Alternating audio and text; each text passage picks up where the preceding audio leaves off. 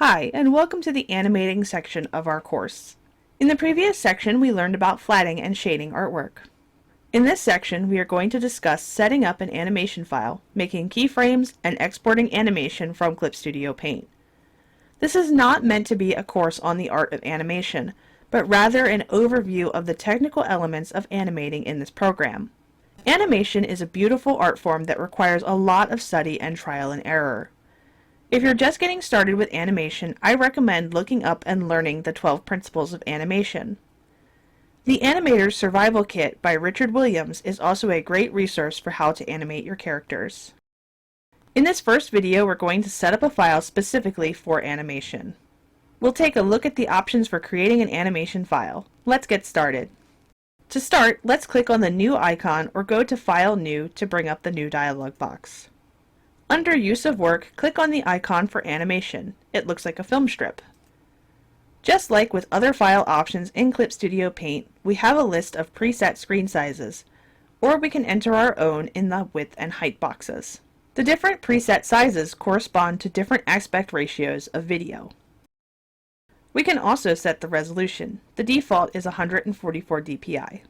The preset sizes have an included blank space around them. This is a lot like bleed in print work and allows us to have images that go up to and off the edge of the screen.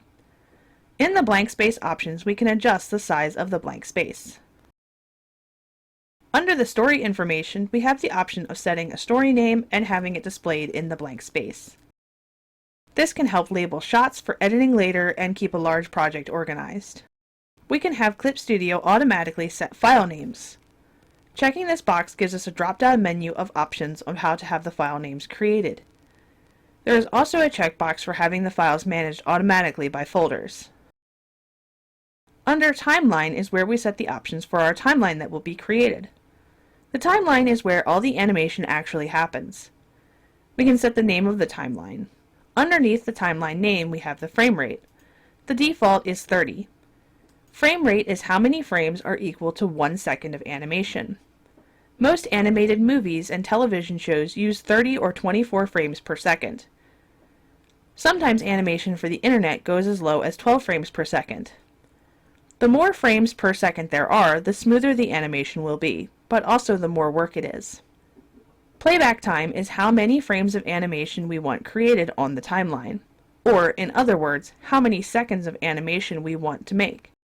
If we have a frame rate of 30 and we want to make a 3-second animation, we need 90 frames. The scene number and cut number can be set for organizational purposes. For instance, if you were working on the 10th scene of a long cartoon, you could put in 10 for the scene number. The division line is the number of frames in the timeline between each line of division. We'll see that more clearly once we actually create this file. The two checkboxes under Template allow us to load templates from the Materials library, much like we can when creating comic pages. Now that we have our options set, let's click on OK. If the timeline doesn't automatically open, you may need to go to Window, Timeline. Now, if we look at the timeline, there is a line between the 6th and 7th frames of animation. This is the division line from the new file options. The division line can make it easier to find frames and keep track of where we are in the timeline. In this video, we have learned how to set up a new file for animation.